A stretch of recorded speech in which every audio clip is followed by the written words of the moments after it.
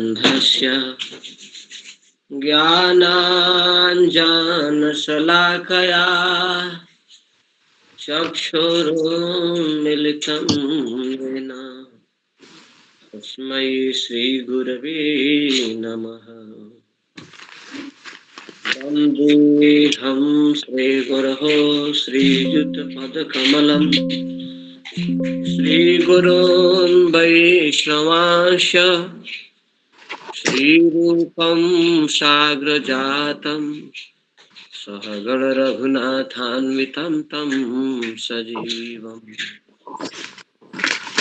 साद्वैतं सावधूतं परिजनसहितं कृष्णचैतन्यदेवं श्रीराधा कृष्णपादान् सहगण ललिता श्रीविशाखान्वितांश्च कृष्ण करुणा सिंधो दीनबन्धो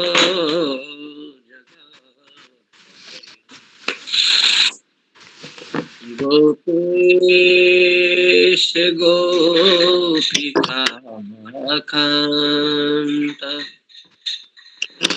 राधाकान्त नमस्ते। तप्तकाञ्चन गौराङ्गी राधे वृन्दावनेश्वरी वृषभानुसुते देवी प्रणमामि हरिप्रिये। हे कृष्ण करुणा सिंधो दीनबन्धो जगत्पते गोपेश गोपिका कान्त राधा कान्त नमस्तुते। तप्त कांचन गौरांगी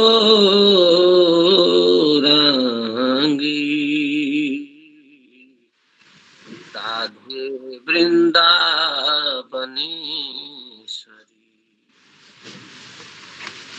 वृषभानुसुते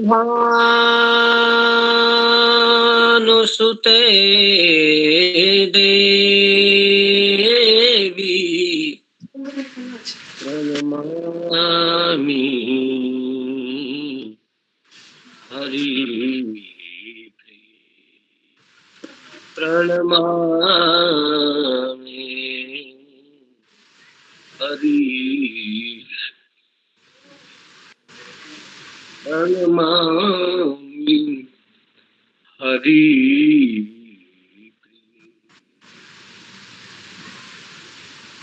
शान्तिः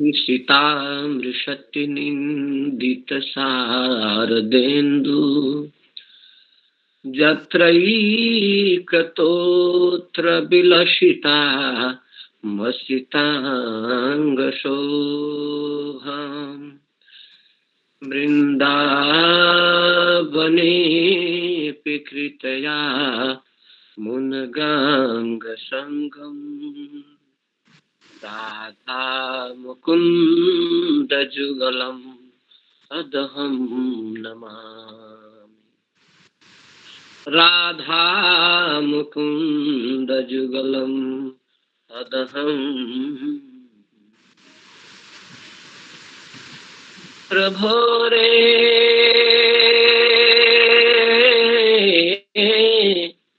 नंद कुमारो में स्वामिनी वृषभानुजा कृतार्थोऽहं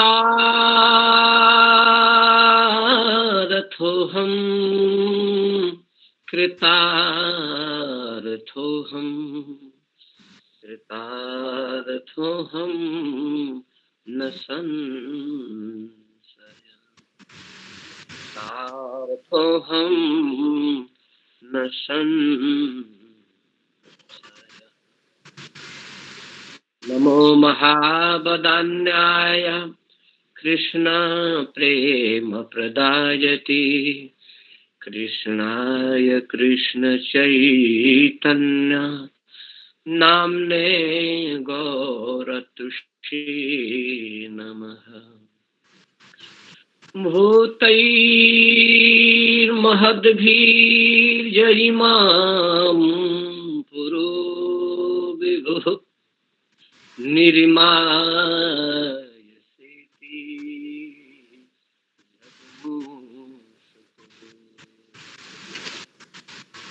उनके गुणांशो दशसु दशात्मकः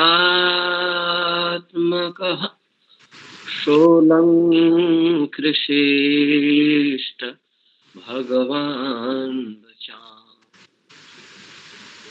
भक्ति भक्त भगवंत गुरु चतुर्नाम बपुए जिनके पद बंदन किए मीटहि बीर नयने। वांछा कल्पतरोभ्यश्च कृपा सिन्धुभ्यैव च पतितानां पावनेभ्यो वैष्णवेभ्यो नमो।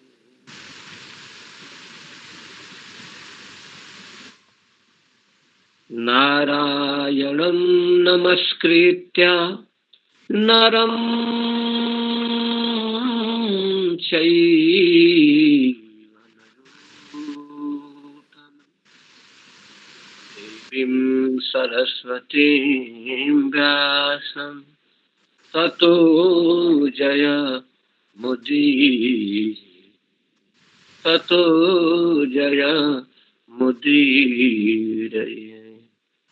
जय श्री कृष्ण चैतन्य प्रभु नित्यानंद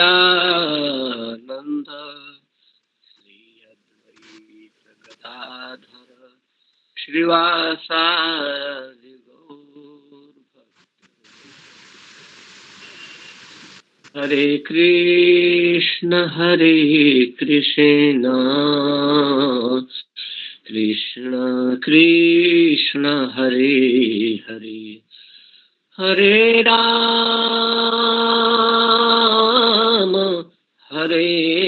राम राम हरे।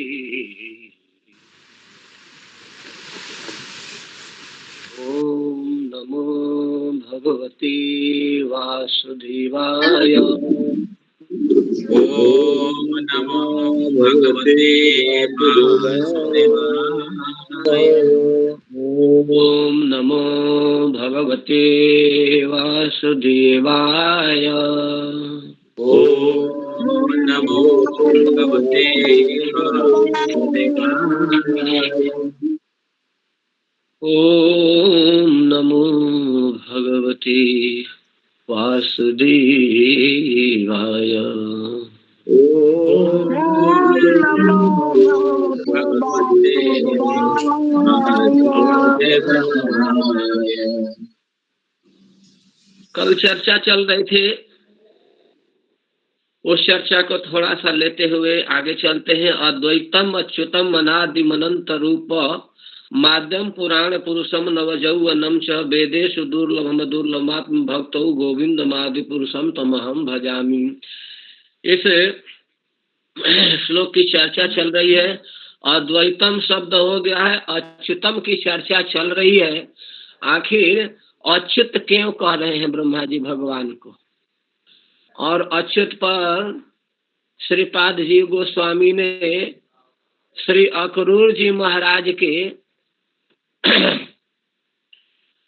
ब्रज गमन यात्रा से जोड़कर 4 श्लोक और एक 5 श्लोकों की कल चर्चा हम सुन चुके हैं। और यह ब्रज लीला के उस दिव्य उदात चरित्रों से, मधुर लीलाओं से संबंधित है, उसका बोध करा रहा है, संकेत करा रहा है कि भगवान चाहे जहाँ भी रहे, गोचारण में रहे, वत्सचारण में रहे या रास मंडल में रहे, जहाँ कहीं भी रहेंगे वे अपने अच्युत स्वभाव में ही रहेंगे। अपने स्वभाव से कभी वे स्खलित नहीं होंगे, नीचे को नहीं आएंगे, क्योंकि वे अधोक्षज हैं, वे अच्युत हैं। वो किसी भी परिस्थिति में भगवान अपने ही स्वरूप में आरूढ़ रहते हैं। इस पर कल थोड़ी और चर्चा हुई थी। रहती न प्रभु चित चूके किए की, करती सुरति सय बारहिए की। तो इन सारे महानुभाव भक्तों के चरित्रों के प्रभु श्री राम से, प्रभु श्री कृष्ण से जोड़कर श्री ब्रह्मा जी, जगत पिता ब्रह्मा जी भगवान की स्तुति करते हुए कह रहे हैं कि वे अच्युत हैं। जिन अच्युत के हम वंदना कर रहे हैं वे कोई सर्वसाधारण व्यक्ति नहीं है। उनके विषय में कहा गया है कि वे अद्भुत हैं और अलौकिक हैं, अतर्क हैं, अचिंत हैं, असमोध हैं, और इनके चरण कमल के प्राप्ति के लिए तो बड़े बड़े लोग तरसते हैं, जैसा कि टीका में दर्शाया गया है और कल भी दर्शाया गया कि दर्शया मास श्रीमद उद्धव वाक्यात। श्री उद्धव जी के वाक्यों से भी और श्री नंद बाबा के वाक्यों से भी। तो कल नंद बाबा के वाक्यों का हमने चर्चा कर दी है। जैसे दर्शया मास लोकम स्वम गोपानम तमसह परम, ये नंद बाबा के वाक्य हैं। और अपने मित्रों के, अपने सखाओं को भगवान ने परम धाम का दर्शन कराया, क्योंकि वे अच्युत हैं। वे कुछ भी कर सकते हैं, बिना स्वरूप बदले ही अपने भक्तों को दर्शन कराए। नंदादयस्तु तम दृष्टवा परमानंद निर्वृतः, और उस परम दिव्य अलौकिक धाम को देखकर नंद आदि गोपगण बड़े आनंदित हुए। और उनके जितने परिकर थे, बाद में गए थे दर्शन किए, वे सब के सब। तो इस बात की चर्चा कल हुई। अब श्री उद्धव वाक्य, श्रीमद उद्धव वाक्यात, तो यहाँ श्रीमद उद्धव जी के जो वाक्य आए हैं उसका भी आप लोग दिग्दर्शन करेंगे, क्योंकि भगवान श्री अच्युत कैसे हैं तो इनका वर्णन कर रहे हैं श्री उद्धव जी महाराज। दसम स्कंद के 37वें अध्याय के 41-42 श्लोक देखिए। 61 श्लोक और 62 श्लोक देख लीजिए निकाल कर। 10, 47, 61, 62 श्रीपाद जीव गोस्वामी जी टीका में उद्धृत किए हुए हैं।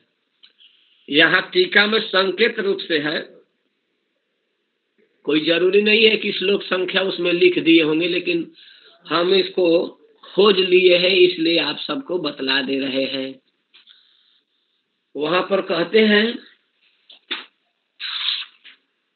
वर्णन करते हुए कि भगवान का वह दिव्य शरण कैसा है, वे अच्युत कैसे हैं, क्या कोई साधारण है, तो उसके विषय में वर्णन कर रहे हैं। वे साधारण नहीं है, वे उनके परिचय देते हुए बतला रहे हैं। परिचय क्या दे रहे हैं?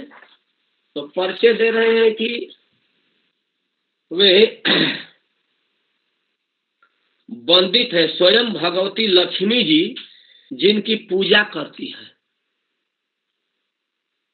कल यही बात अक्रूर जी भी कहे थे और यही बात उद्धव जी भी कह रहे हैं। कल दसम स्कंद के 38वें अध्याय को जब हम निकाल के दिखाए थे अक्रूर जी के प्रसंग में, तो यही बात आ चुकी है। लेकिन इसी बात के पुष्टि में श्री उद्धव जी भी यही बात कह रहे हैं कि वे कोई साधारण नहीं है, करेंगे यावै श्रियार्चित मजाद विराप्त कामयी योगेश्वरैरपि यदात्मनिरास गोष्ठ्याम कृष्ण से तद भगवत शरणारविंदम न्यस्तम स्तनेश विजहु परिरभ्यतापम। जो श्री अक्रूर चाचा वो वर्णन कर रहे हैं कि आज मैं उस चरण कमल को देखूंगा, उस मुख कमल को देखूंगा, उस नासिका का दर्शन करूंगा जो सब सुंदर है, दिव्य है, अलौकिक है। और फिर उनके मन में ग्लानि हुई कि अरे अरे भाई, सारे भावनाओं को लेकर जा रहा हूँ और कहीं वे हमको अपना शत्रु जानकर अगर हम पर ही चक्र सुदर्शन उठा लेंगे तब क्या होगा। तब उनके मन में आया कि नहीं नहीं, वे तो अच्युत है, वे अपने शील से, स्वभाव से कभी नहीं गिरने वाले हैं। वो हमारे हर एक स्थिति को जानते हैं और अपने स्वभाव से बात नहीं आने वाले हैं। अतः अच्युत के चरण कमल का दर्शन करूंगा। वे अच्युत के चरण कैसे हैं तो यहाँ पर वर्णन कर रहे हैं 62 नंबर के श्लोक में। 62 नंबर के श्लोक को पहले लेते हूँ, फिर लूंगा 61 नंबर को। वे कहते हैं कि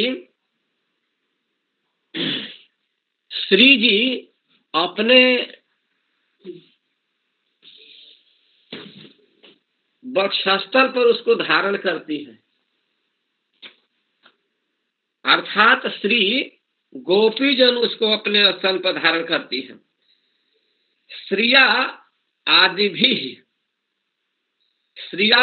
भी आप्त कामयी, जो लक्ष्मी और ब्रह्म आदि पूर्ण काम है, बड़े बड़े जोगेश्वर हैं, जोगेश्वर ही अपि, जोगेश्वर भी है, तत् भगवत, उस भगवान के, उस कृष्ण के, कृष्णस्य श्री कृष्ण के जिस चरणारविंदम, चरण रविंद को यानी चरण कमल को, यत यात्मनि अपने हृदय में रख कर, धारण करके, विराजमान करके, स्वर्ण जटित मनोमयी आसन लगा के उस पर अपने हृदय में भगवान के चरण को मुनिजन यतिदन धारण करते हैं। और धारण करके क्या करते हैं, और चिताम पूजते हैं, वंदन करते हैं। और वही पूजित चरण कमल रास रास गोष्ठ्याम, रास लीला में, अपने रास काल में, रास लीला में, स्तनेषु अपने वक्षोज पर, न्यस्तम आत्मभूता श्री गोपीजन रख कर, परिरभ्य आलिंगन करके, अर्थात उसको अपना सर्वस्व मानती है। या वही जिन्होंने निश्चित रूप से, वही माने निश्चितम, निश्चित रूप से, तापम बिजहु, अपने कृष्ण विरह रूपी व्यथा को शांत किया करती है। ऐसे हैं भगवान के चरण कमल। जिस चरण कमल को हम देखने जा रहे हैं, उनका चरण कमल कोई साधारण नहीं है, और वे कोई साधारण नहीं है, वे अच्युत हैं। उस अच्युत के चरण कमल को हम देखने जा रहे हैं, अर्थात हमारे मन में क्या है इसको भी वो ठीक जानते हैं, हम किस लिए आए हैं ये भी वो ठीक से जानते हैं, और साथ ही वे अपने स्वरूप से कभी विचलित नहीं होने वाले हैं। भक्तों के प्रति जो स्नेह होना चाहिए, दया होनी चाहिए, लगाव होना चाहिए, स्निग्धता होनी चाहिए, वात्सल्य आदि जो गुण धर्म है, इससे वे कभी रहित नहीं होंगे। इसलिए अच्युत शब्द का प्रयोग किए हैं। महाराज एक मिनट क्षमा चाहता हूँ, बोले कि 10वें स्कंद के 37 अध्याय, 37 नहीं 38 अध्याय है। ओ, अर्थ में 37 देख रहा हूँ मैं तो सुना 37। एक दूसरी चीज की जो अभी मैं बोल रहा हूँ वो है 47वां अध्याय। 47? हाँ 47 है। अच्छा, वही मैं ढूंढ करके पागल हो गया। आपके आंख से हमको पता चल रहा था, लेकिन हम समझ रहे थे कि कुछ और ढूंढ रहे हैं। नहीं 10:47 और 62 62 नंबर का श्लोक है। एक सेकंड 47 हाँ मैं हाँ अभी तो शायद एक सेकंड हाँ हाँ मिल गया। या भाई CR मैं 37 देख रहा था तो मैं बोला क्या हुआ कब हो गया भाई। हो जाता है, कभी कभी हो जाता है। हाँ ठीक है महाराज। यावै श्रियार्चित मजादि भैराप्त कामई जोगेश्वरैरपि जलात्मनिरास गोष्ठ्याम कृष्णस्य तद भगवतः शरणारविंदम न्यस्तम स्तनेषु बिजहु परिरभ्यतापम। उसी चरण कमल को श्री गोपीजन अपने बक्षोज पर स्थापित करके रखकर कृष्ण विरह को शांत करते हैं। अर्थात उनके बक्षोज में लगे हुए जो कुमकुम है, उनका कुमकुम लग जाने से भगवान के चरण अर्थात हमारे कृष्ण के चरण, हमारे प्यारे श्याम सुंदर के चरण अर्थात हमारे भतीजे का चरण, ये भी भाव उसमें छिपा हुआ है। बहुत सारे भाव है इसमें, क्योंकि खाली अक्रूर जी उनके भक्त ही नहीं है, उनके चाचा भी है। तो चाचा है तो स्वाभाविक है कि पुत्र का भाव आएगा, वात्सल का भाव आएगा। और जैसे ही मिले हैं तो उनके चरण छुए हैं, प्रणाम किए हैं, अक्रूर चाचा आशीर्वाद दिए हैं, फिर अपने हस्त कमल को उनके सिर पर रखे हैं, फिर ले जाकर घर में बैठाए, गर्म पानी मंगाए, चरण धोए, फिर इसके बाद में मधुपर्क आदि लाए, फिर उनको बढ़िया से बैठा कर जथा जोग उन देश काल के अनुसार सेवा करके भोज पदार्थ देखे और नंद आदि से मिलाकर फिर एकांत में सारी बात की है। तो जितनी सारी उनके मनोरथे थी सबको पूर्ण किए हैं। तो वात्सल्य भाव भी उनका है और भक्त और भगवान का भी भाव है हर तरह के। तो उनके मन में यही भाव है कि हम उस अपने भतीजे का चरण चिन्ह देखेंगे जिनका गोपी जनों के कुमकुम से अर्थात मेहंदी आदि लगे हुए या चंदन आदि से रुसित चरण कमल को मैं देखूंगा, जो बड़ा सुंदर अद्भुत रंग बिरंग का लगेगा। स्तनेश बिजहु परिरभ्यतापम, उस चरण का। और फिर इस चरण के लिए बहुत लोग कामना करते हैं। ऐसा नहीं कि केवल एक दो व्यक्ति की बात है, बहुत लोग कामना करते हैं। आशा महो चरण रेणु जुषाम हम श्याम वृंदावने किमपि गुल्म लतौ सधीनाम या दुस्तजम स्वजन मार्ज पथम च हित्वा भेजुर मुकुंद पदमीम श्रुतिभिर विमृग्याम। अब इस चरण कमल के विषय में वर्णन कर रहे हैं कि जिस चरण कमल के कामना कर रहे हैं, जिस कर्म चरण कमल के कारण कामना कर रहे हैं, तो वो चरण कमल कैसे हैं? कहने की सबसे अच्छी बात यही होगी कि मैं इस वृंदावन में, ये उद्धव जी कह रहे हैं कि इस वृंदावन में मैं कोई गुल्म बन जाऊं, कोई लता बन जाऊं। किम माने कोई भी, किमपि कोई भी, अर्थात आशा अहो, आशा अहो, अहो अहो इन ब्रजांगनाओं की चरण रेणु को प्राप्त करने के लिए, चरण रेणु जुसाम आने चरण धूली आने इनके चरण के रज के सेवन करने वाली वृंदावन, चरण के रज को सेवन करने वाले कौन है? वृंदावन के गुल्म है, क्योंकि ये लोग सेवन करते हैं, नित्य ही ब्रज में रहते हैं, सतत हमेशा ब्रज से सटे रहते हैं। इसलिए उद्धव जी जब गए हैं पत्र लेकर, भगवान उनको भेजे हैं, तो उस समय उद्धव जी गए, मिले, सब लोग देखे तो यही देखे कि वो कृष्ण आ गए। लेकिन उन लोगों को बाद में पता चल गया कि ये हमारे प्राण वल्लभ नहीं है, क्योंकि आकार प्रकार हाव भाव सब कुछ कृष्ण जैसा है, लेकिन कृष्ण जैसा एक चीज नहीं है, क्योंकि वो एक ही काल में सबको देख लेते थे। नेत्र कृष्ण जैसा चंचल नहीं है, इनका नेत्र स्निग्ध है, कोमल है, सब ठीक है, लेकिन बड़ा शांत है और नीचे के झुका हुआ है। और वे तो आंख में आंख डालकर मुस्कुराते हुए बड़े प्रेम से सब पर एक ही साथ देख लेते थे। ऐसा नहीं है। तो वो समझ गई, और समझ गई तो फिर वे स्वयं बात करते करते करते मानो कृष्ण का भावना करके वहीं कृष्ण प्रकट हो गए, सीधे कृष्ण से बात करने लगी। तो उस परम भावमयी गोपी जनों को देखकर श्री उद्धव जी के मन में लालसा हो गई कि यहो हमको बस बस बस इसी ब्रजमंडल में वास करना चाहिए। तो अहो आशा माने इन ब्रज के गोपी जनों के चरण रेणु जुसाम अहम श्याम, इनके चरण के रज के सेवन करने वाली जो कोई गुल्म आदि हैं, अथवा उन गुल्म लता के समान वृंदावन में हम भी कोई औषधि बन जाए, कोई गुल्म बन जाए। अर्थात ऐसा क्यों, बड़ा पेड़ क्यों नहीं बनना चाहते हैं? तो बड़ा पेड़ बन जाएंगे तो ऊपर धूल नहीं जाएगा, लेकिन छोटा छोटा जो गुल्म है पृथ्वी से सटे हुए हैं, ब्रज भूमि से सटे हुए हैं, तो जो उनके प्रेमी जन हैं, भक्त जन हैं, तो वो चलेंगे तो उनके चरण के रज उड़ उड़ के हम पर पड़ेंगे तो हम भी कृतार्थ हो जाएंगे।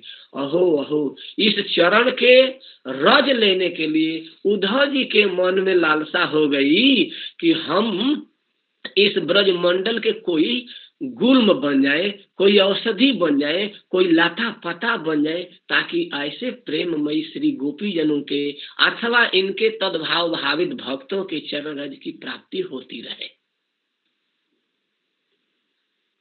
और ऐसे गोपियों के चरण रज को प्राप्त करने वाले उद्धव जी हैं। उद्धव जी कौन है? तो जानते हैं आप लोग कि उद्धव जी बहुत बड़े विद्वान हैं, बृहस्पति जी के शिष्य हैं, कृष्ण के दैत्य सखा हैं, और उतना ही नहीं वृष्णि नाम प्रवरो मंत्री भी हैं।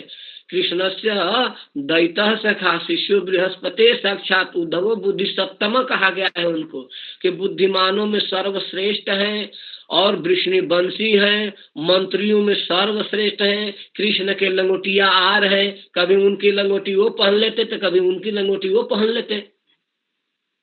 जैसे बच्चे पे होते हैं ना, उसका लंगोटी लेके वो चला गया, उसका लंगोटी लेकर वो चला गया।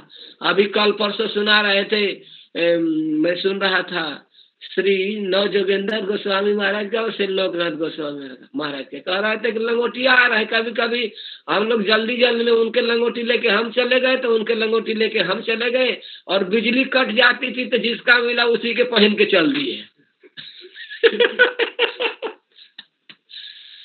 तो ये कोई आज नई बात नहीं है, शुरू से ही है। जो मूल में रहता है वही वृत्ति में भी रहता है, जो सूत्र में रहता है वही वृत्ति में भी रहता है। तो जो गुण धर्म भगवान में है वही गुण धर्म आचार्यों में होते हैं, गुरुजनों में होते हैं, शिष्य प्रशिष्यों में होते हैं। जो गुण माता पिता में होते हैं वही संतान में भी दिखते हैं। तो यहाँ पर उद्धव जी के मन में लालसा हो गई कि इन श्री गोपी जनों के चरणों के रज को सेवन करने के लिए कौन सा उपाय है जो ऐसे कृष्ण में लालसामयी है, प्रेममयी है, दिव्य है, अलौकिक है। तो इन भावों को लेने के लिए उनके मन में आया। 60 नंबर का श्लोक तो और जबरदस्त है, जिसको हम छोड़ दिए हैं। वो भगवान के जो चरण कमल है, कोई ऐसा नहीं है, वह रस ऐसे ही नहीं लेने के लिए उद्धव जैसा व्यक्ति यहाँ तरस रहा है। करेंगे नायम श्रियोंग उन्नीतांतरते प्रसाद स्वर्यो सीताम नलिन गंध रुचाम कुतुन्य रासोत्सवेश्य भुजदंड गृहीत कंठ लब्धा शिशाम य उदगाद ब्रजबल लवीनाम। यहाँ पर कह रहे हैं कि रासोत्सवे, रास उत्सव में अस्य इस श्री भगवान की भुज दंड आने दोनों भुजाओं के भुज रूपी दंड को उन्होंने गृहीत कंठ अपने हाथों से पकड़ के अपने गले में डाल ली। वो श्री कृष्ण ऐसे हैं कि उनके हस्त कमल को पकड़ के अपने गले में डाल ली और कह रहे हैं कि आशीषम लब्ध, 60 नंबर का श्लोक है इसी अध्याय में। और लब्ध उन्होंने प्राप्त की क्या? आशीषम, अपने सारे मनोरथों को पूर्ण की। जो जो चाह रही थी वे सभी मनोरथें पूर्ण हुई, क्योंकि भगवान के संबंध में कोई मनोरथ करे या न पूरा हो, ऐसा हो ही नहीं सकता है। अक्रूर चाचा ने किया, पूर्ण हुआ। विभीषण जी ने सोचा था, पूर्ण हुआ। शरण लेने गए तो सारे काम हो गए, और श्री अक्रूर जी गए, सब हो गए। और इन गोपियों ने जो जो मन में सोचा था, इनके सब हो गए, क्योंकि भगवान के चरण के आश्रय लेने पर सबका मनोरथ पूर्ण होता है। तो ब्रजबल्लभी नमो कौन है? तो ब्रजंगनाएं हैं, वे कोई साधारण नहीं है। ब्रजबल्लभी नाम, वे बड़े दिव्य अलौकिक मूर्तियां हैं। यद उद्गात, जो सुख प्राप्त हुआ वह अलौकिक है। यद उद्गात ये क्रियापद है, प्राप्त हुआ। और कैसा प्राप्त हुआ? नितांत रते प्रसाद। नितांत कहते हैं जो एकांत में सुख होता है उसको नितांत सुख कहते हैं। नितांत रते एकांत रति मत्या इति श्रीधर स्वामिना। श्रीपाद श्रीधर स्वामी कहते हैं कि एकांत में जो रति प्रेम प्राप्त होता है उसको उन्होंने प्राप्त की। वो कोई साधारण नहीं है। निधुबन में जो प्राप्त होता है उस रस को, उस सुख को, उस अलौकिक असमूर्ध सुख संपदा को प्राप्त की, लब्ध प्राप्त की। महाराज यहाँ का मतलब ऐसा है कि आप जो बोलना चाहते हैं या प्रमाणित हो रहा है यहाँ कि भगवान अपने भक्तों की जो मनोकामना को पूर्ण करने में कभी च्युत नहीं होते हैं, कभी फेल्योर नहीं होते हैं। हाँ, यही है अच्युत कहने का भाव। क्या है कि भगवान अच्युत हैं। अच्युत में बहुत सारे भाव हैं जी, वो हर तरह के भाव इसमें घट जाएंगे। एक ऐसा श्लोक है कि मत पूछिए, और वो भी जीव गोस्वामी जी के संकेत है। श्रीपाद जीव गोस्वामी जी बहुत उदार और कंजूस, 2 प्रकार के महापुरुष हैं। वे विषय वस्तु छूने में कोई कमी नहीं करेंगे, लेकिन ऐसे सांकेतिक रूप में लिखेंगे कि समझना बड़ा कठिन होता है। हमारे श्री भट्ट गुरु जी जब हमको पढ़ा रहे थे तो ये बार बार बात बोलते थे, बहुत कंजूसी करते हैं श्रीपाद जीव गोस्वामी इस विषय में। बहुत कम शब्द देते हैं और शब्द में बहुत सारी बातों को कहना चाहते हैं।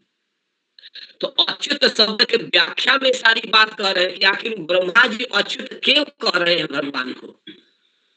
अच्युत कहने के पीछे कारण कि भगवान अपने स्वभाव से कभी बाज नहीं आएंगे।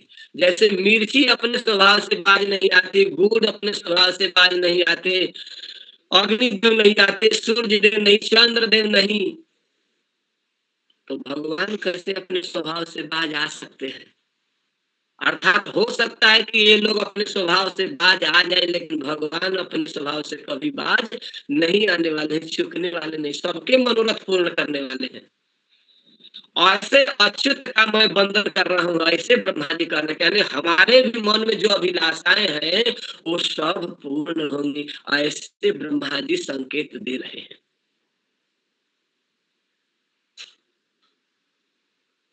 स्वर्गोषितम, और यह सुख स्वर्गोषितमों को नहीं प्राप्त हुआ, श्री जी को प्राप्त नहीं हुआ, हमें लक्ष्मी जी को भी नहीं प्राप्त हुआ है।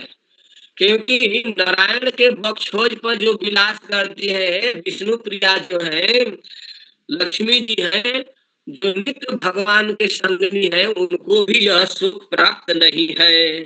स्वर्गोषितम, और स्वर्ग के जो देवांगनाएं हैं, जो जिनके शरीर बड़े सुंदर नील कमल के गंध से युक्त हैं, वे भी नहीं प्राप्त कर पाई।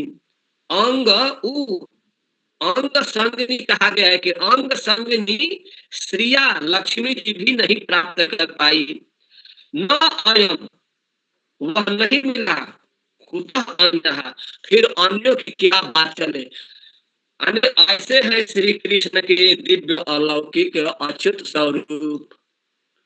ये रस देने वाले हैं, भाव देने वाले हैं, भक्त के हर एक मनोरथ के पूर्ण करने वाले हैं। और बाद में समझ में जब आया तो लक्ष्मी जी भी तपस्या करने चली गई बेलवन में। लक्ष्मी जी को भी जब बाद में समझ में आया तो वो भी चली गई बेलवन में, और वो जाके तपस्या करने लगी। और सुचिरम धृतव्रता वो बहुत दीर्घ काल के लिए धारण कर ली। और चरत तपो ललना, ललना माने लक्ष्मी जी तप करने लगी, चरत तप, वो व्रत करने लगी। किसको? विहाय, अपने लोग को छोड़कर आई और तपस्या करने लगी। ऐसे है भगवान, ऐसे भगवान अच्युत हैं। और उस अच्युत के चरण देखने को मिलेगा। अक्रूर जैसा सोच रहे हैं, ब्रह्मा जी सोच रहे हैं, और फिर उद्धव जी कामना कर रहे हैं कि उन्हीं श्री ब्रजवल्लभी नाम, ब्रजवल्लभियों के, ब्रज सुंदरियों के चरणों के धूल उड़ उड़ के पड़ेंगे तो वास्तव में हम भी धन हो जाएंगे। अहो, हम क्यों नहीं इस ब्रज मंडल में कोई लाता, कोई गुलमा, कोई औषधि श्याम क्यों न बन जाऊं।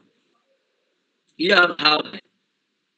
आशा महु शरण रेणुजुषाम हंसाम वृंदावने किमपि गुल्मलतो सधीनाम।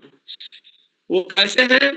तो कहते यादोस्तजम स्वजनमार्ज पथम सहित्वा भेषुर्मुकुंद पदवीं श्रुतिभिर्विमृज्ञाम्।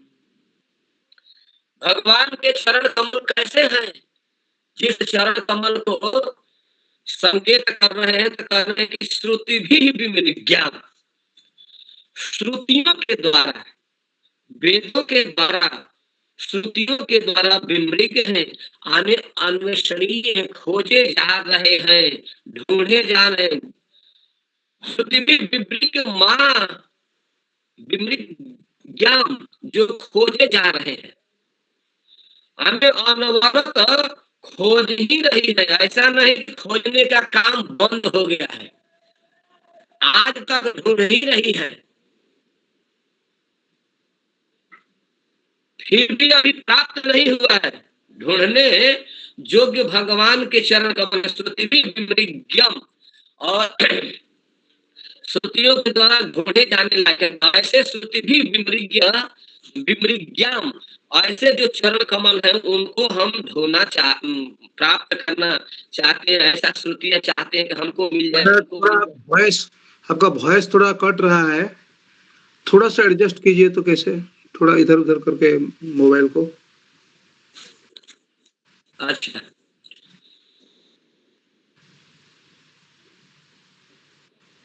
तो श्रुति भी वेदों द्वारा विमृज्ञाम, हमें ढूंढने योग्य है। वो कौन है, कैसे है? तो कहेंगे मुकुंद पद्मी, भगवान की पद्मी, परम प्रेम का वह स्थान है, भेजो प्राप्त किया है, अर्थात उससे बढ़कर कोई नहीं है। तो ऐसे श्री चरण कमल के चिंतन करते हुए वंदन कर रहे हैं। यानी इसको प्राप्त करने के लिए श्री उद्धव जी के मन में लोभ हो गया, ब्रह्मा जी के मन में लोभ हो गया। ब्रह्मा जी तो यहाँ तक कहे हैं कि हम भी कोई ब्रज में ऐसा बन जाए जिससे कि हमको भी यह रस मिलता रहे। ब्रह्मा जी मन में कामना करते हैं कि हम भी कोई ब्रज में ऐसे औषधि बन जाए कि हमको भी यह ब्रज रज मिलता रहे। आने भगवान के चरण कमल तो महत्वपूर्ण है ही। भगवान के चरण कमल से प्रेम करने वाली ब्रज गोपियों के चरण के रज इतने महत्वपूर्ण हैं, और उस ब्रज में हम कोई गुल्म बन जाए, कोई औषधि बन जाए, कोई लता बन जाए, ताकि वह रज हम पर पड़े और हम भी धन्याति धन हो जाए। ऐसा श्री ब्रह्मा जी भी चाह रहे हैं, ऐसा श्री उद्धव जी भी चाह रहे हैं, और ये अच्युत हैं। इन सारे बातों के समावेश जाएगा अच्युत में। इनके श्री संपदा वैभव करुणा दया भाव भक्ति कभी च्युत नहीं होने वाली है, यानी स्खलित नहीं होने वाली है, समाप्त होने वाली नहीं है। 10वें स्कंद के 14वें अध्याय के 34 नंबर के श्लोक में ब्रह्मा जी इसी बात को कहे हैं।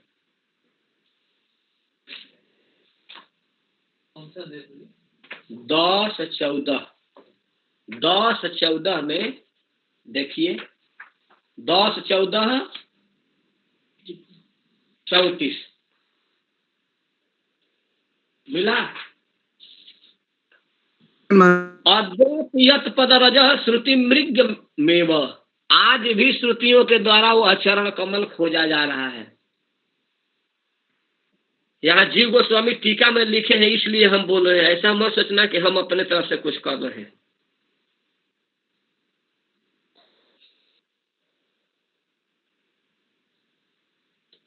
अद्य अपयत पद रज, जिस भगवान श्री कृष्ण के चरण रज श्रुति मृग्यम एवं श्रुतियों के द्वारा ढूंढने के लायक है और ढूंढे ही जा रहे हैं।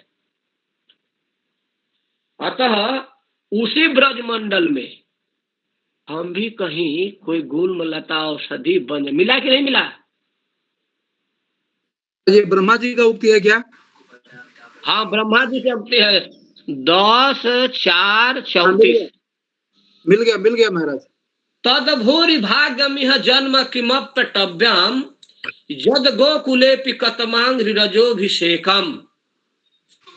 यद गोकुलेपि कतम, कोई भी आंघ्री रजह अभिषेकम, कोई भी ऐसा मैं बन जाऊं जिससे गुलमलता आदि बन जाऊं, जिससे किसी भी ब्रजवासी के प्रेमी जनों के रज का स्पर्श होगा तो हम भी धन्य हो जाएंगे। तद भूरि भाग्यम, यही सबसे हमारे लिए बड़ा सुयोग होगा, सौभाग्य होगा। मिला? मिला। इस ब्रजभूमि के किसी वन में और विशेष करके गोकुल में किसी भी जद गोकुले कतमांगरी, उसमें भी किसी गोकुल के गांव में कोई हो जाए, जैसा कि रसखान ने कहा है कि पाहन हो तो वही गिरी को, मैं अगर पत्थर भी बन जाऊं तो गिरिराज जी का पत्थर बनूं जो भगवान अपने हाथ में उठाए हैं, और गाय बनूं तो नंद गांव के गाय बनूं जो भगवान अपने गौओं के मझार में हमको चराएंगे, छुएंगे, ठोकेंगे, कभी सहलाएंगे। तो इसीलिए यहाँ ब्रह्मा जी भी कह रहे हैं कि हम ब्रज के कोई गुल्म बन जाए, उसमें खासकर गोकुल के गुल्म बन जाए, लता बन जाए, औषधि बन जाए, ताकि प्रेमी जनों के किसी भी प्रेमी के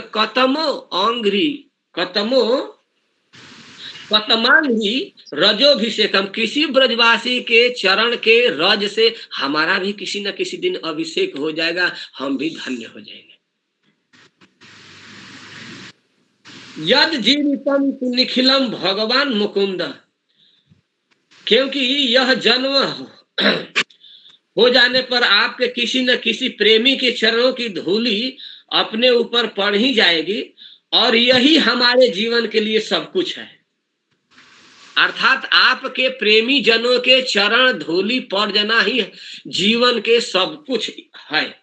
यत जीवितम, अथवा जिन गोपी जनों के या ब्रजवासी जनों के आप ही एकमात्र जीवन है, तो उन जीव को जो धारण किए हुए ऐसे ब्रजवासियों के शरण कमल का रज पड़ जाए तो बस हमारा इतना ही जीना सार्थक है, अन्य ऐसा हो जाना ही सार्थक है।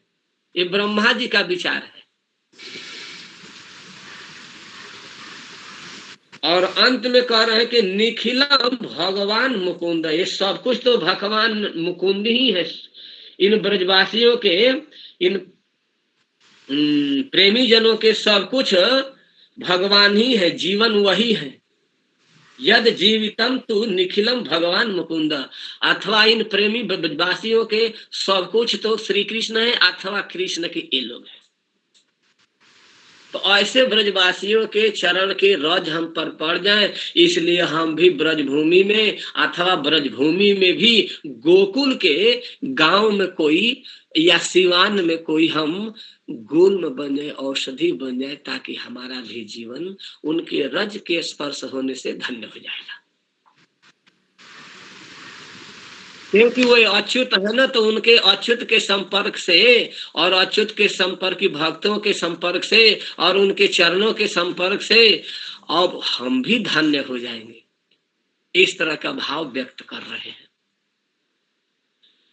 तो ये मोटी सी बात हो गई। अच्युत अद्वैतम अच्युतम हो गया। अब अनादि शब्द आया। अच्युतम अद्वैतम मच्युतम मनादि मनंत रूप आया है ना। तो अब टीका में आया अनादिम, अनादिम शब्द आया है। तो अनादिम के अर्थ लिख रहे हैं। आदि त्रयम जथई एकादशे। अब ये एकादश स्कंद के बात कर रहे हैं। एकादश स्कंद के अध्याय में आपको देखना पड़ेगा। एक स्कंद 11 और अध्याय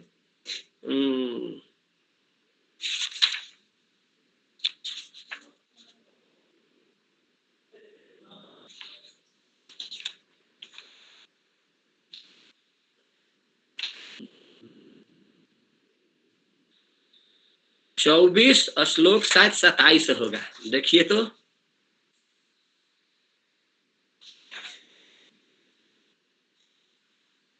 मिला।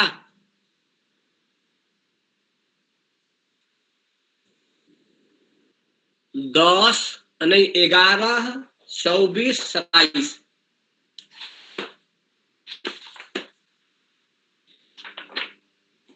भगवान आखिर अनादि क्यों है? इस अनादि का अर्थ लिख रहे हैं। उद्धव जी बतला रहे हैं, भगवान बतला रहे हैं इसको। 24 27 मिला?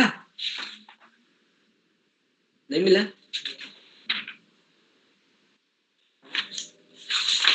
हमको नहीं मिला। हाँ मिला, मिल गया सबको। एकादश स्कंध 24 अध्याय 27 नंबर का श्लोक। अनादि पर यहाँ टीका में लिखे हैं श्री जीव गोस्वामी पाद। हाँ है ना। कालो मायामय जीवे जीव आत्मनिमय है ये वाला। हाँ हाँ, कालो मायामय जीवे जीव आत्मनिमय जे आत्मा केवल आत्मास्थो आत्मस्थो विकल्पा पाय लक्षण। अब यहाँ कह रहे उद्धव जी, जो इस प्रकार विवेक दृष्टि से देखता है उसके चित्त में यह प्रपंच का भ्रम हो ही नहीं सकता। वो तो मुक्त हो जाता है। यदि कदाचित उसकी स्फूर्ति हो भी जाए, माने माया जगत के स्फूर्ति हो भी जाए, तो वह अधिक काल तक हृदय में ठहर कैसे सकता? क्योंकि उसके हृदय में तो मैं रहता हूं, हमारा चिंतन चलता है।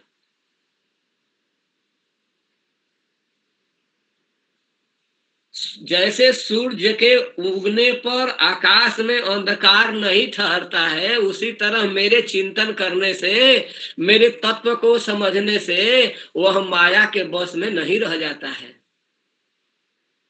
तो अनादि है। इसको 4 श्लोक ऊपर से जब तक नहीं लेने तब तक नहीं समझ में आएगा। साथ में है सब। हाँ, क्योंकि 1 2 3 4 5 एक 6 श्लोक एक साथ है। अद्वैतम श्लोक इतना आसान काम नहीं है। अद्वैतम अच्युतम अनादिम अनंत रूपम माध्यम पुराण पुरुषम नवजौवनम च वेदे से दुर्लभम अदुर्लभमात्म भक्तौ गोविंदम आदि पुरुषम तमहम भजामी। ये ब्रह्मा जी कोई साधारण स्तुति थोड़े किए हैं, और महाप्रभु ऐसे ही थोड़े उठा के दक्षिण भारत से 64 अध्याय में से एक 5वां अध्याय निकाल कर लेकर आए। जैसे सभी अवतारों के सार स्वरूप भगवान चैतन्य महाप्रभु है, उसी तरह समस्त ब्रह्म संहिता के और समस्त सिद्धांतों के सार रूप है ब्रह्म संहिता। ब्रह्मा जी इसमें कुछ भी नहीं छोड़े हैं, न माधुर्य रस छोड़े हैं, न वात्सल्य रस छोड़े हैं, न सख्य रस छोड़े हैं, न इसमें दास रस छोड़े, कुछ भी नहीं छोड़े हैं। समय समय से सब कह चुके हैं। ऐसे लगता है कि ब्रह्मा जी मैनेजमेंट से खाली ही नहीं रहते हैं, खाली विधि व्यवस्था देखते हैं, लेकिन अब बोल रहे हैं तो पता चल रहा है कि वो कितने बड़े विद्वान हैं। अरे तो है भगवान के बेटा ना, जैसा बाप वैसा बेटा। कहते हैं ना कि जैसा पुत्र जैसा पिता होते हैं वैसा ही पुत्र भी होता है, और ज्यादा नहीं होंगे तो थोड़ा थोड़ा तो जरूर होंगे। बाढ़े पुत प्रापक घोड़ा, ज्यादा नहीं तो थोड़ा थोड़ा, यही बात है। ऊपर से पढ़ लीजिएगा। अब हम इसको नहीं पढ़ना चाहते हैं कि पढ़े, ये सब वेदांत की बात इसमें आएंगी। आदि के साथ ये कैसे कनेक्ट होता है ये तो बतलाइए जी।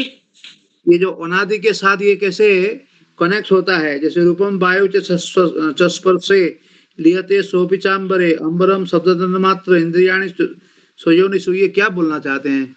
ये सब बोलने के बाद ये कैसे कनेक्ट करना चाहते हैं अनादि के साथ? ये कनेक्ट करना चाहते हैं, सृष्टि के विषय में बतलाना चाहते हैं। सृष्टि के विषय में बतलाना चाहते हैं, कहना चाहते हैं कि भगवान अनादि है, सब कुछ के आदि यही है, और इनका कोई आदि नहीं है, स्वयं अनादि है। जो पहले श्लोक में आया है ना कि ईश्वर है, ईश्वर परम है, ईश्वर परम। कृष्ण को नहीं ले रहे हैं, कृष्ण को नहीं ले रहे हैं अभी। ईश्वर परम, तो सत्य चित आनंद पहले कहे, सच्चिदानंद। ईश्वर परम सच्चिदानंद, इतना कहने के बाद में भी अब कृष्ण, ईश्वर परम कृष्ण सच्चिदानंद विग्रह, इनका विग्रह जो है सत्यचित आनंद जानते हैं, व्याख्या हो चुकी है। तो कृष्ण ही सर्वोपरि है। अब कृष्ण हुए, कृष्ण से द्वितीय स्वरूप बलराम जी हुए, और बलराम जी से फिर चतुर्व्यूह हुआ। चतुर्व्यूह में भी उसी भगवान के एक स्वरूप नारायण है। तो जो नारायण वैकुंठ में रहते हैं, तो नारायण के ही स्वरूप कारणोदक साई है। कारणोदक साई के स्वरूप गर्भोदक साई है, और गर्भोदक साई के स्वरूप ही क्षीरोदक साई है। ये पुरुषावतार हो गए, ये पुरुषावतार के संकेत किए। तो अब बताइए कि कृष्ण कहाँ रह गए? कृष्ण बलराम, इसके बाद में चतुर्व्यूह, इसके बाद में नारायण, नारायण के बाद में फिर कारणोद, कारणोद के बाद गर्भोद, गर्भोद के बाद क्षीरोद। और क्षीरोद साई जो है ये गुणावतार भी धारण करते हैं। पुरुषावतार तो है ही, लेकिन ये गुणावतार धारण करते हैं। तो गुणावतार धारण करने का मतलब कि गुण को स्वीकार करते हैं। गुण का मतलब हुआ कि रजोगुण, तमोगुण, सतोगुण को धारण करते हैं। गुण का मतलब प्राकृत, जड़, तो इन सारे तत्वों को भी धारण करते हैं। और गुणावतार में विष्णु बनते हैं क्षीरोदक साई, और क्षीरोदक साई विष्णु बन के एक तो प्रत्येक जीव के गर्भ में जाके परमात्मा के रूप में गाइड करते हैं, और फिर पूरे ब्रह्मांड का पालन करते हैं। वही क्षीरोद भगवान गुणावतार लेकर ब्रह्मा बन के रजोगुण प्रधान होकर सृष्टि करते हैं, और वही क्षीरोद सतोगुण प्रधान होकर पालन करते हैं, क्योंकि सृष्टि के बाद पालन होता है, सृष्टि पहले पालन बाद में। क्योंकि कोई बच्चा जन्म लेता है तब माँ उसको तेल लगाती है, उपटन लगाती है, नहवाती है, धोवाती है, दूध पिलाती है, यानी कि पहले ही दूध पिलाने लगती है। अथवा गर्भ में भी जो पालन का काम करते हैं, माता के आंत में एक छोटी आंत से एक नस होती है जो बच्चा के ढोंढी तक जुड़ी होती है, नाभि तक जुड़ी होती है, तो वो उसमें जो पालन का काम करते हैं तो वो क्षीरोदशाई विष्णु करते हैं। और वहां पर भी जो सृष्टि करते हैं ब्रह्मा जी करते हैं। तो रजोगुण प्रधान होकर तो सृष्टि कर दी, और सतोगुण प्रधान होकर पालन करते हैं, और तमोगुण अब यही रखते हैं, क्योंकि उधर संहार की तरफ अभी नहीं जाएंगे। तो तमोगुण प्रधान होकर रुद्र अवतार धारण करते हैं, तमो प्रधान होकर संहार करने वाले होते हैं। तो वही विष्णु, वही ब्रह्मा, वही शंकर बने, रुद्र बने। और इनके बाद में फिर जब प्रकृति आई, उत्पन्न होने की बात आई, तो उसमें भी तारतम्य है कि भगवान कैसे सृष्टि किए हैं।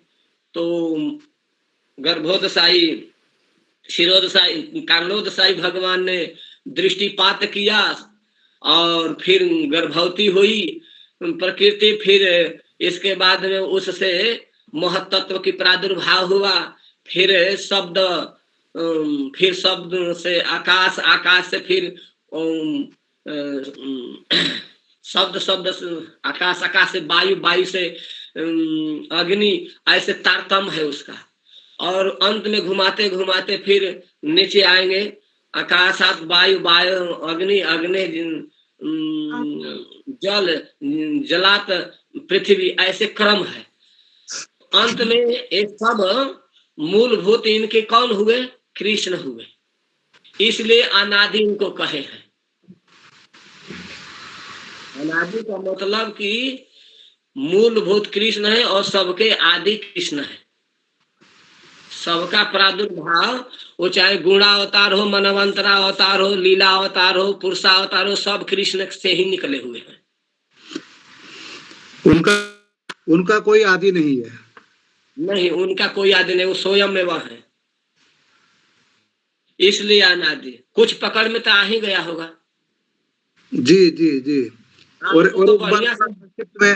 एक बार संक्षिप्त में बोल दीजिए। जैसे कृष्ण हुए, फिर बलराम होते हैं, बलराम से फिर चतुर्व्यूह हुआ, तो चतुर्व्यूह के संकर्षण से फिर द्वितीय चतुर्व्यूह हुए। हाँ, तो द्वितीय चतुर्व्यूह के जो संकर्षण है, इनको नारायण कहते हैं क्या? हाँ हाँ हाँ। अच्छा, उसी नारायण से पहले कारणोदकशाही विष्णु हुए। हाँ, कारणोदकशाही विष्णु से हर गर्भ में, हर ब्रह्मांड के गर्भ में प्रवेश किए तो गर्भोदकशाही विष्णु हुए। हाँ हाँ। फिर गर्भोदकशाही विष्णु से फिर वो क्या, जो क्षीरोदकशाही विष्णु हुए क्या? हाँ, क्षीरोदशाही विष्णु हुए। ये क्षीरोदकशाही विष्णु जो है वो गुणावतार भी होते हैं। हाँ, यही क्षीरोदशाही विष्णु ही गुणावतार धारण करते हैं। और जितने सारे अवतार इनके माध्यम से आते हैं। हाँ। और इन्होंने, ये जो क्षीरोदकशाही विष्णु हैं, ये परमात्मा के रूप में हर आत्मा के, हर जीवों के हृदय में निवास भी करते हैं और हर परमाणु में भी रहते हैं। हाँ, अभिज्ञात शाखा, पुरंजन उपाख्यान में अभिज्ञात शाखा की बात आई है, वो यही है। और महाविष्णु किनको कहते हैं? कारणोदकशाही विष्णु को महाविष्णु में वो आएंगे कारणोदकशाही विष्णु। हाँ ठीक, कारणोदकशाही आएंगे। हाँ हाँ ठीक है महाराज। इसलिए हाँ। इनको अनादि कहते हैं। जी जी जी जी जी जी जी। अद्वैतम अच्युतम अनादि। अब उस अनादि की बात कह रहे हैं यहाँ पर। तो अब सृष्टि हुई तो उसके यहाँ पर क्रम दिए हैं। तो अब जो श्रीमद् भागवतम के दूसरा स्कंद के जो 5वां अध्याय है, 6वां अध्याय है, तो वहां पर वर्णन आया है न सृष्टि के, और फिर तीसरे स्कंद के 9वां अध्याय, 10वां अध्याय और फिर 20वां अध्याय में सृष्टि का वर्णन आया है ना। तो इन सब को जब पढ़ेंगे तो स्वयं समझ में आएगा, वही बात यहाँ कह रहे हैं सब जी। ये कैसे हुए।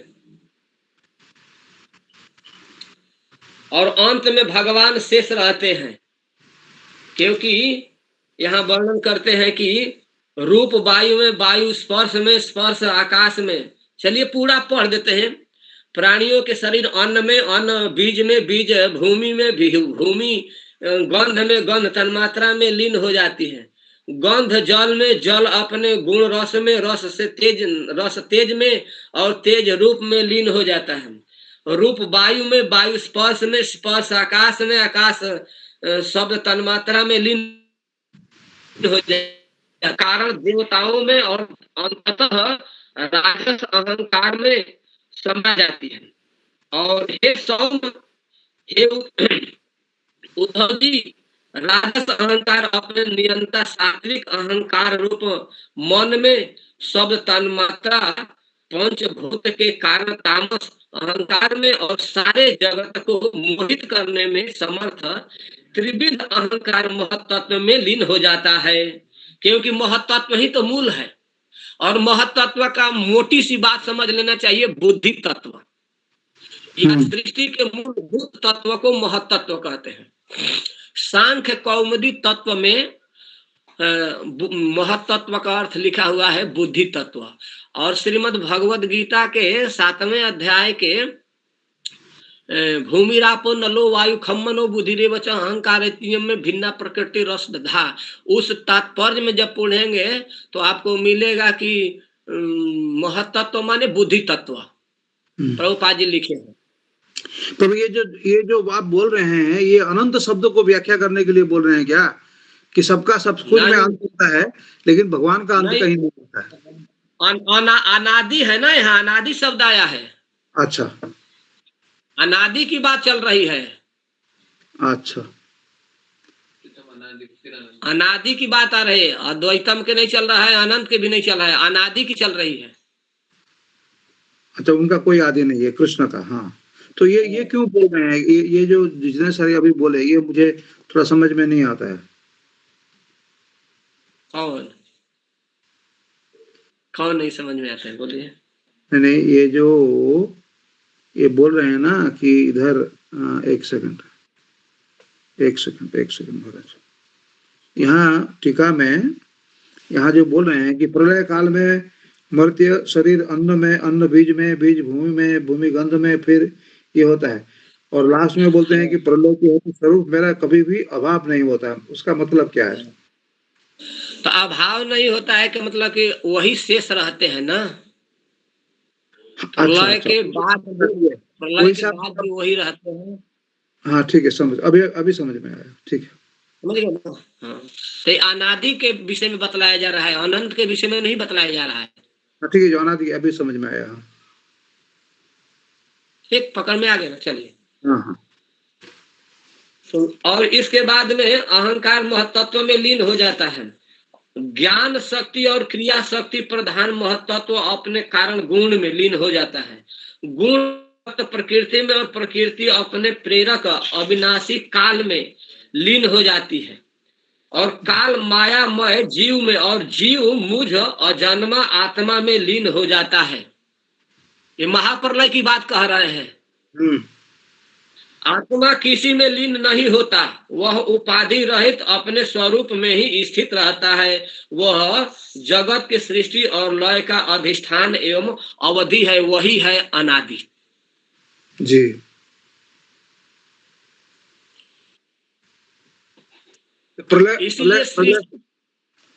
प्रलय काल में जब ब्रह्मा जी के साथ जितने सारे जीव लोग वो किनके गर्भ में जाकर के विश्राम लेते हैं?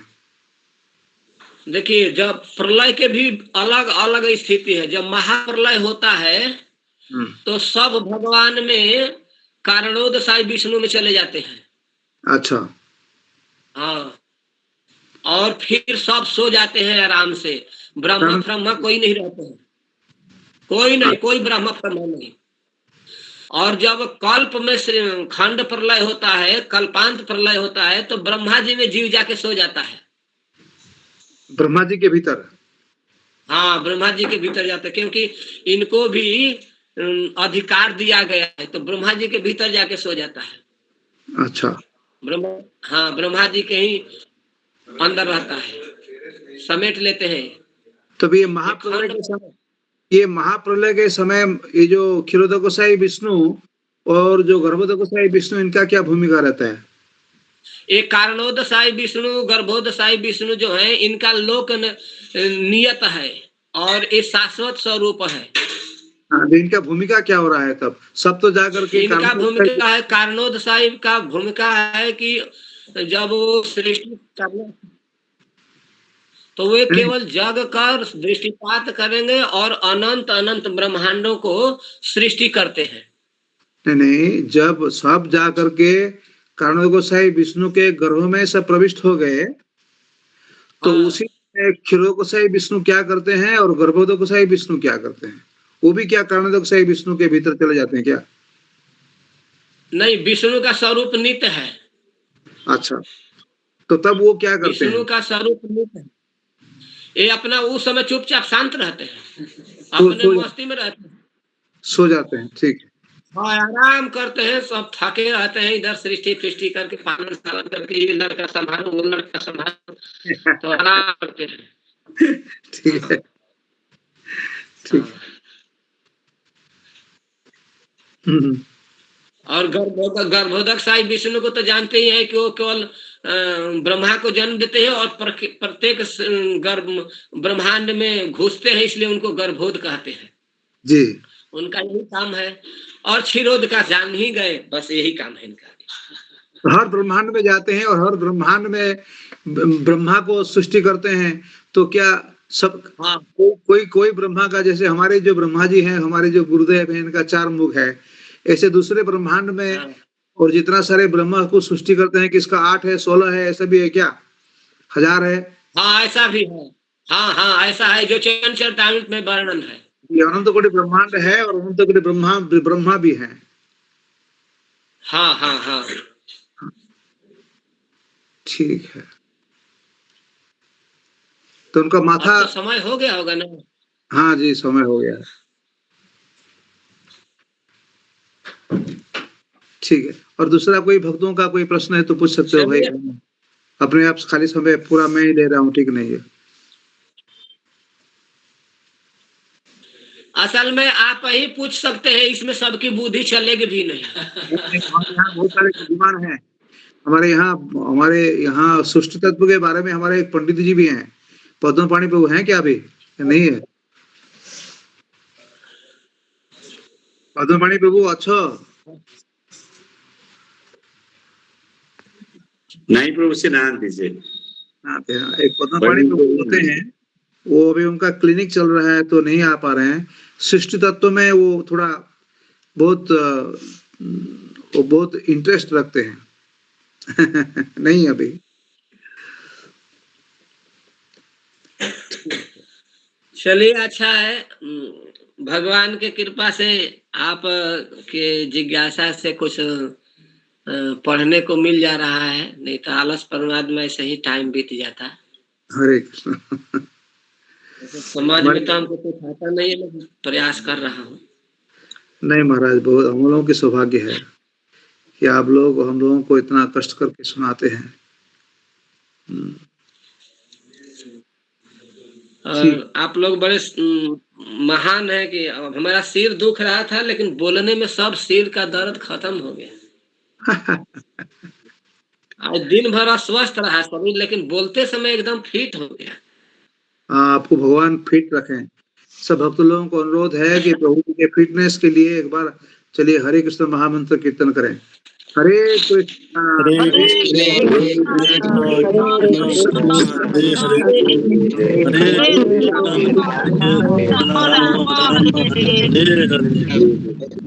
महाराज, बहुत बहुत धन्यवाद। फिर कल मिलेंगे भगवान चाहे तो।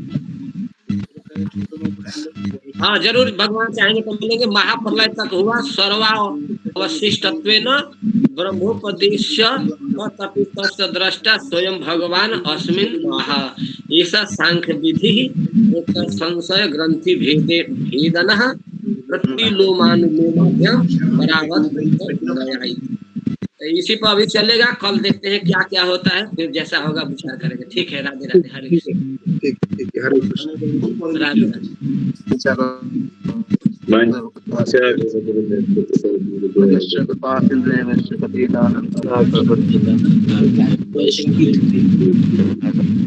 संत बड़े वैष्णव बंद की जय।